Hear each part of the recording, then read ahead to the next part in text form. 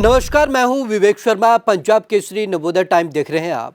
आज हम खास रिपोर्ट में जिक्र करेंगे डीआरडीओ के नए मिशन कावेरी 2.0 का। आप सोच रहे होंगे कि क्या है कावेरी 2.0 मिशन। इंडिया फिलहाल अपने एमका प्रोजेक्ट पर काम कर रहा है। इसके अलावा भारत स्वदेशी तेजस मैक 2 लड़ाकू विमान भी बना रहा है। लेकिन पाकिस्तान के साथ लड़ाई के बाद भारत को एक अत्याधुनिक लड़ाकू विमान की जरूरत है। भारत ने भविष्य की जरूरतों को देखते हुए कावेरी 2.0 शुरू कर दिया है। ये प्रोजेक्ट एक स्वदेशी भारतीय लड़ाकू विमान इंजन बनाने का है, जिसे डीआरडीओ डेवलप कर रहा है। आज खास रिपोर्ट में जानते हैं फाइटर जेट के लिए जरूरी इंजन भारत के महाबली 2.0 की पूरी कहानी। जीटीआरएफ बना रहा नया इंजन। भारत का गैस टरबाइन रिसर्च एब्लिशमेंट एक नया इंजन बना रहा है। इसका नाम कावेरी 2.0 है। यह एक टर्बोफैन इंजन है। यह इंजन पहले वाले कावेरी इंजन से बेहतर होगा। इसे आने वाले लड़ाकू विमानों में लगाने की योजना है। GEF 404 इंजन बहुत अच्छा काम करता है। क्या है GTRE का लक्ष्य?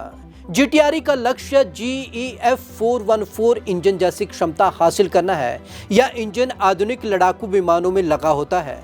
माना जा रहा है कि भारत का कावेरी इंजन 2.0 अगर सफल हो गया तो इससे अमेरिका, फ्रांस, चीन, पाकिस्तान और तुर्की की नींद उड़ जाएगी। कावेरी 2.0 भारत के गैस टरबाइन रिसर्च एस्टेब्लिशमेंट की ओर से विकसित किया जा रहा है। अगली पीढ़ी का टर्बोफैन इंजन है। इसका उद्देश्य इसे भविष्य के लड़ाकू विमानों में इस्तेमाल करने का है। कावेरी 2.0 इंजन कोर से 55 से 58 किलो न्यूटन के बीच थ्रस्ट पैदा करने के लिए डिजाइन किया गया है। अमेरिका के इंजन मेकिंग की कैटेगरी में खड़े होने की कोशिश। आफ्टर बर्नर यानी कि बेस्ट थ्रस्ट के साथ ही यह 90 किलो न्यूटन से अधिक प्राप्त करने की उम्मीद है। जीटीआरई का लक्ष्य है कि कावेरी 2.0 का प्रदर्शन अमेरिका में बने F404 84 किलो न्यूटन और F414 98 किलो न्यूटन इंजन की कैटेगरी में हो।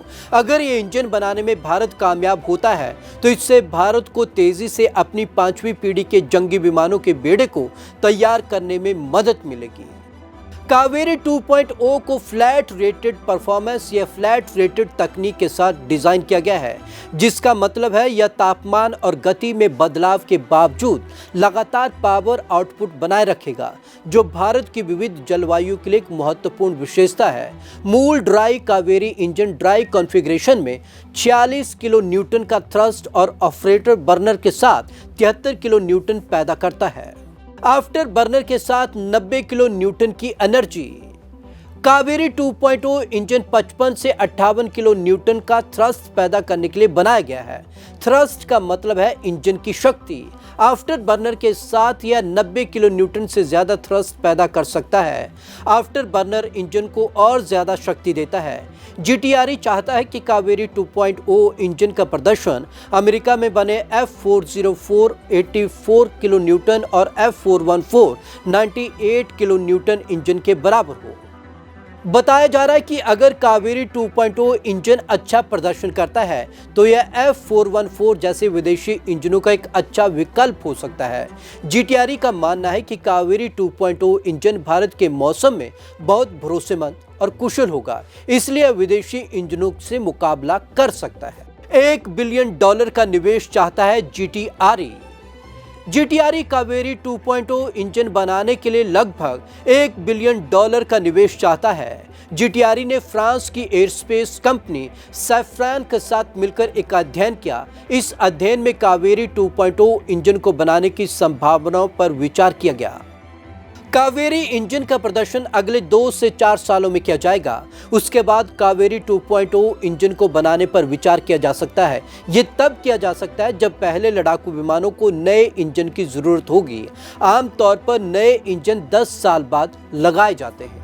इंजन में critical blade technology. Kaveri turbofan engine को 110 किलो न्यूटन वेट और 75 किलो न्यूटन ड्राई थ्रस्ट बढ़ाने के लिए कुछ नई तकनीक लगानी होगी। इनमें single crystal blade technology, integrated rotor disk और ब्लेड और निकल और कोबाल्ट के सुपर अलॉय शामिल है। कावेरी 2.0 भारतीय लड़ाकू विमानों के लिए स्वदेशी इंजन विकास का एक प्रयास है। यह इंजन GEF 414 जैसे इंजनों के बराबर थ्रस्ट पैदा करने के लिए बनाया जा रहा है। इसे 2031-32 के आसपास तैयार होने की उम्मीद है। आकार और वजन ना बढ़े, ये होगी बड़ी चुनौती।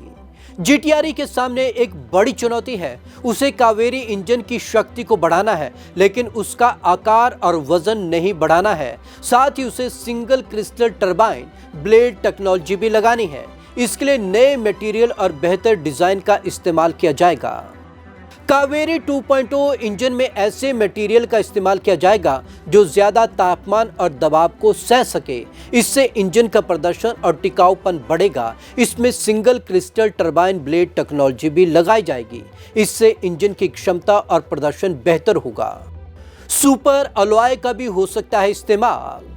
सुपर अलॉय उन हिस्सों के लिए बहुत जरूरी है जो बहुत ज्यादा तापमान में रहते हैं, जैसे कि टरबाइन ब्लेड और डिस्क। ये 1000 डिग्री सेल्सियस से ज़्यादा तापमान पर भी काम कर सकते हैं।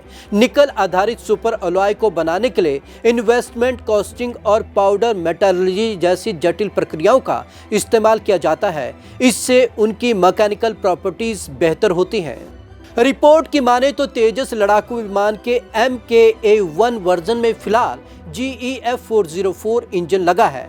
भारत अब MK2 वर्जन और भविष्य में फाइटर जेट्स के लिए स्वदेशी विकल्प चाहता है। अगर ऑफ्ट बर्नर टेस्ट सफल होता है तो कावेरी इंजन को तेजस में शामिल किया जा सकता है। इसका सबसे बड़ा फायदा यह है कि भारत को इंजन आयात करने की जरूरत नहीं होगी और डिफेंस प्रोडक्शन में आत्मनिर्भरता और मजबूत होगी।